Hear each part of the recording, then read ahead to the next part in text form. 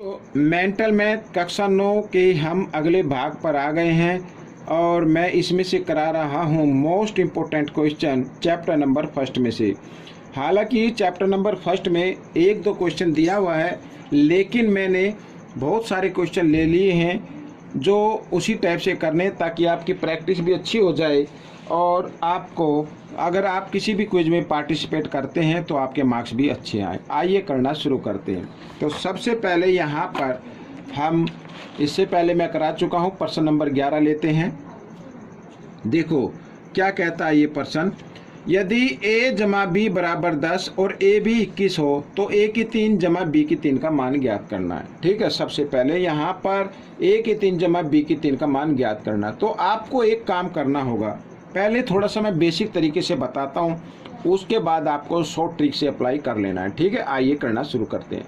तो सबसे पहले क्या करना है, देखो यहाँ पर तो आप लिख लीजिए a जमा b की 3 यहाँ पर इस तरीके से। ठीक है, a जमा b की 3, तो a जमा b की 3 हमने a जमा b को पावर 3 लगा दिए तो 10 की भी 3 लगा देंगे इस तरीके से।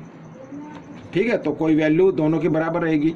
अब a जमा b की 3 का फॉर्मूला अगर हम लिखें तो होगा a की 3 जमा b की 3 जमा 3ab और ब्रैकेट में a जमा b, यही तो होता है। और बराबर यहाँ पर 10 को 3 बार गुणा कर दीजिए, 1000 आ जाता है। तो इस तरीके से हमें जो मान निकालना है, हमें मान निकालना है a की 3 जमा b की 3 का। अब इसको a की 3 जमा b की 3 इधर ही रख लीजिए और जमा 3 ए बी का मान है 21, तो इसको 21 से गुणा करेंगे और a जमा b का मान है 10, तो इसको 10 से गुणा करेंगे और 1000।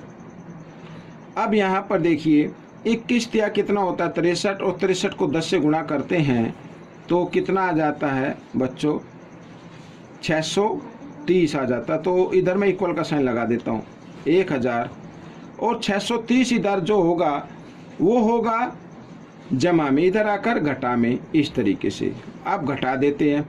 0 की 0, 0 में से 3 नहीं जाएंगे, यहाँ से हासिल लेंगे 10, 10 में से 3 घटा देंगे तो 7।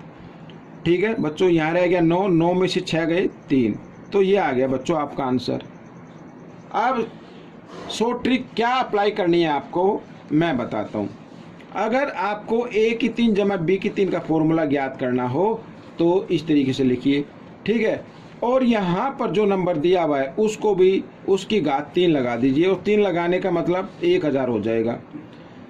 इसमें से घटा देना है क्या, 3ab, 3ab है 21 ऐसे, और फिर a जमा b आता है ये 10। ठीक है, इस तरीके से यही तो घटाया हमने।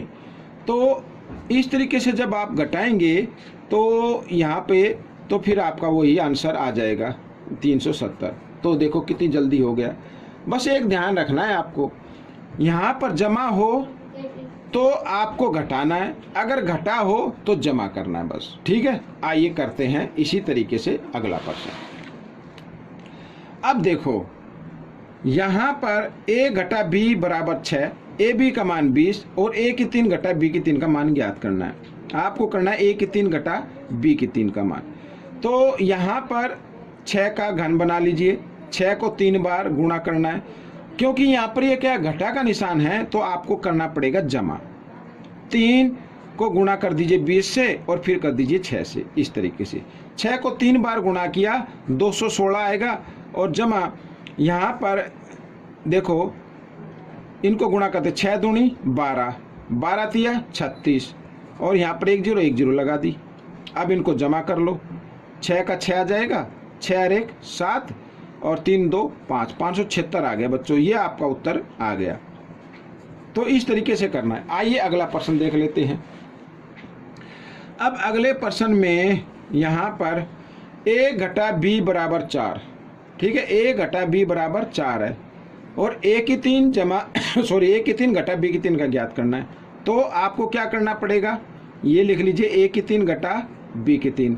तो आपको 4 का क्यूब बनाना है, क्योंकि यहाँ पर घटा है तो आपको जमा का निशान लगाना है, और 3 एक बार 21 और फिर 4 से गुणा कर देना है।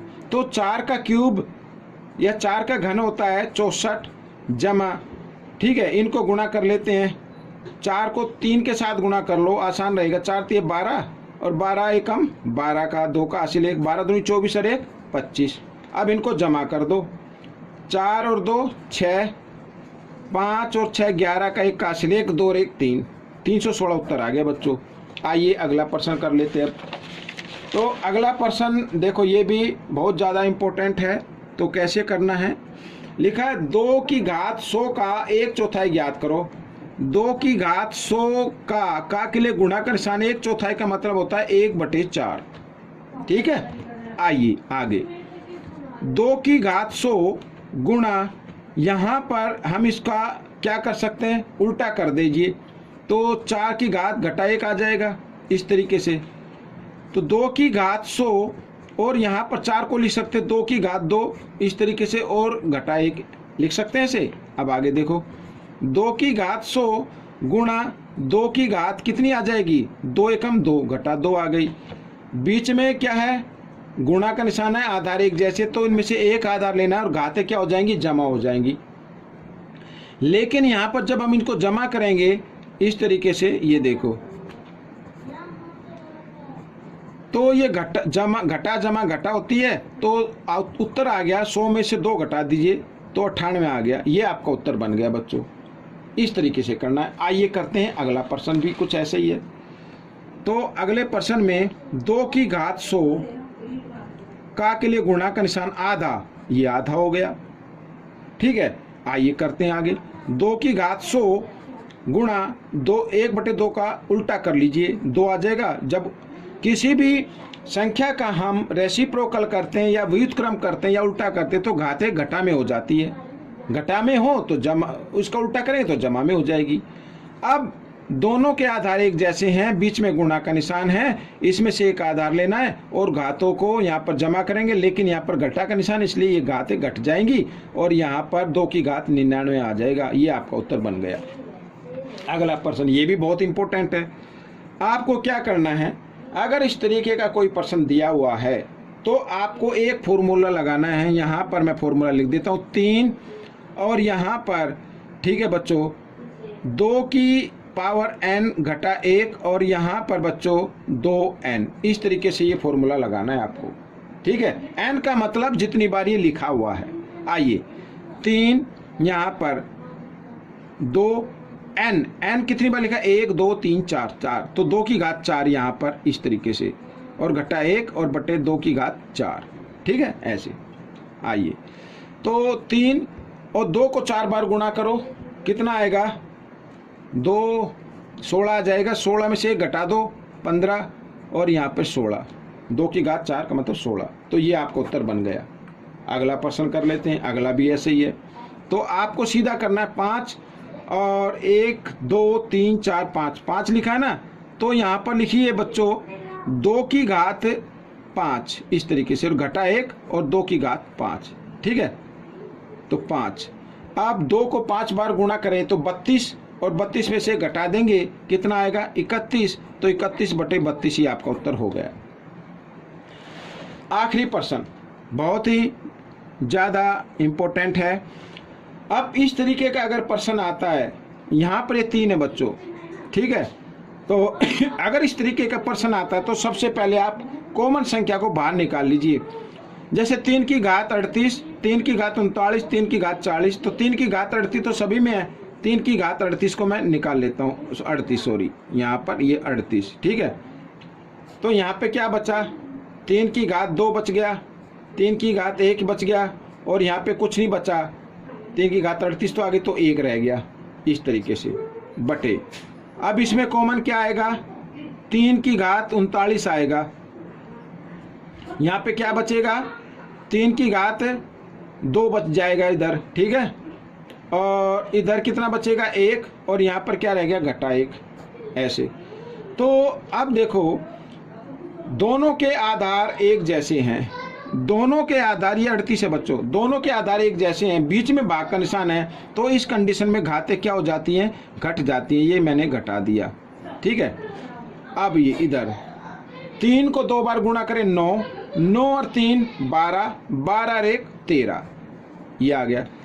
3 को 2 बार गुणा करेंगे 9, 9 और 3 12, 12 में से घटा देंगे 11, इस तरीके से। ठीक है, आगे अब यहाँ पर 3 की घात ये घटा जमा घटा तो घटा 1 हो गया।